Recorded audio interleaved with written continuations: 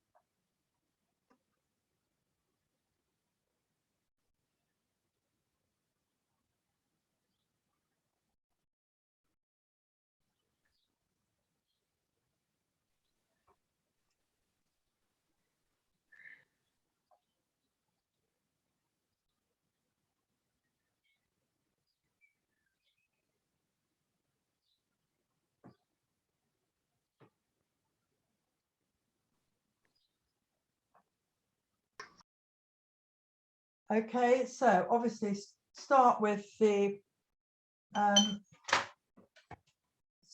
this aureolin yellow, the bright yellow. Okay, it doesn't look very bright in the screen because it's not as clean as it should be, but it's not bad. So I'm first of all going to wet it and then transfer that wet color into my palette. And I can see there's some blue crept in on either in my brush or on top of the color because it's not coming out pure yellow. So that's what I'm starting with, and I'm making up a fairly strong mixture of it, and quite a lot, because you're going to need a lot of the greens, and you can always, you know, make more. Well, you want to avoid having to remix is what I'm trying to say. Right, and then wash your brush carefully. I would then dry it and decide where the ultramarine is. I think this is ultramarine here, so I'm going to wet that. Yeah, it's ultramarine, and put a little bit of that into the yellow. And already it's going into a nice sort of bright green. Now, if I wanted to make a lighter version, wash my brush, go back to the aureolin, and put just aureolin straight into the palette. Can you see it? You can see it, can't you? Right, okay, so note I'm using the whole head of my brush to pick up the color. I'm not just using the end, and I only put water in when it dries up completely. So I'm going to re-wet the yellow, take all of that yellow and put it into this palette. Okay, that gives me a good quantity of yellow. And then I might just take some of this green and add it to it, because actually my wisteria is lime green. And although that doesn't look very lime green to you, it is to me. It's not a pure yellow now, it's got some green in it.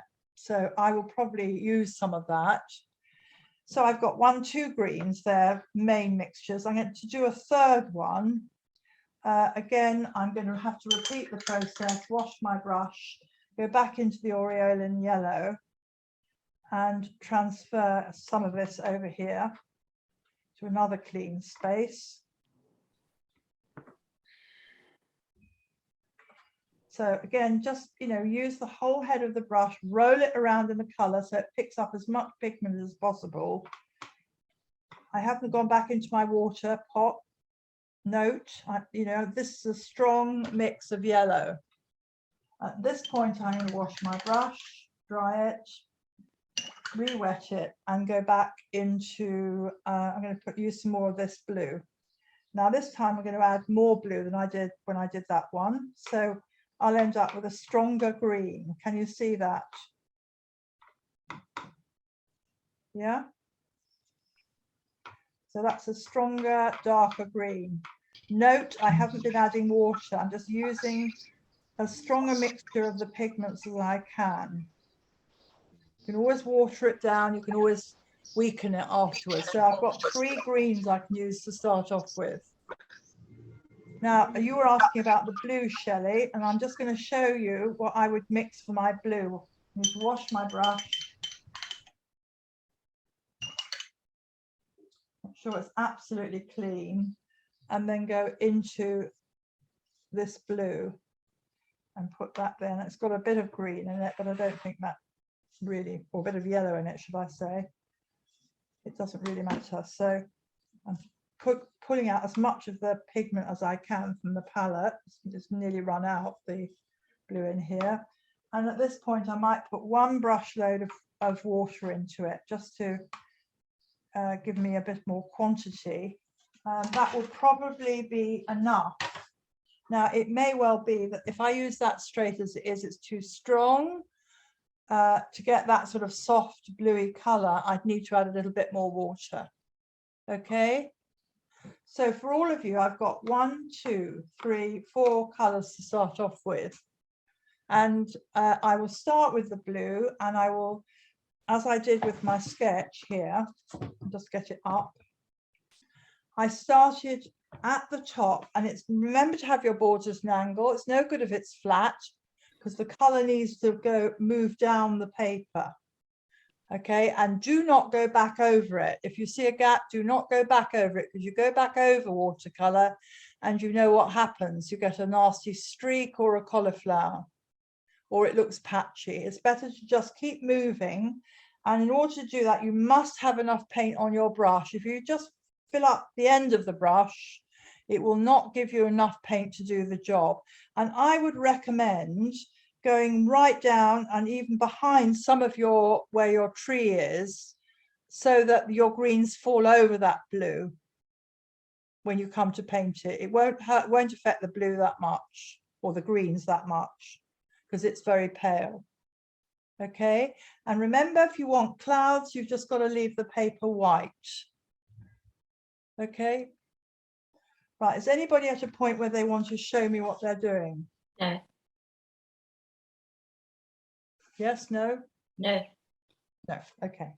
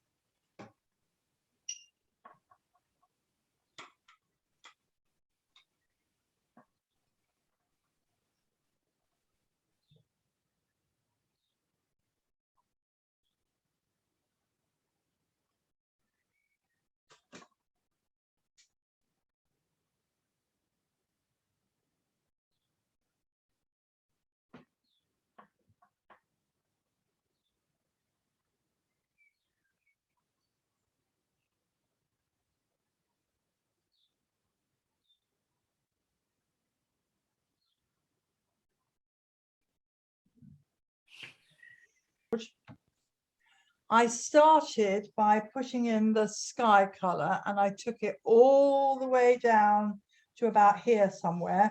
Okay, and then I very rapidly put in this light limey green here, and I also put it in where this flowering cherry is and on the wisteria, and I blocked it in really quickly. I then put in the next color, which is the mid green. Okay, I put in the mid green, and I then went back and put a bit of dark green under here. So I did the sky, then the greens, the light and the mid-tone greens. I mean, I'd call that sort of a mid-tone. And then I did a bit of the woody bit of the tree. And note that the woody bit on the tree, you see your trunk area, which is, you know, usually relatively small, unless you've got a big tree in the foreground like Chris has. Just remember, it's not dead straight. No trees ever are dead straight. That's one thing. And that you get bits of the branch where it divides up, slightly slimmer in the middle part of the tree, and then gradually they get narrower and smaller as they get to the top of the tree.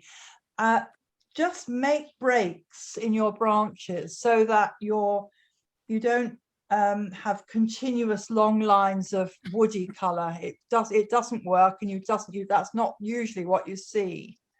So it's breaking up the branches with the foliage, and I have indicated little thin bits because in my flowering cherry, the branches, they sort of weep down, but I'm going to use a different technique when I come to paint my bigger one today. I've actually used some masking fluid because the top of the tree is being hit by sunlight, and these little branches all at the top almost look like pale gray. Okay, so I don't want them looking like brown because it's not what I'm seeing. So that's what I did first of all. I got that all in quite loosely. I then did a bit of suggestion of the building.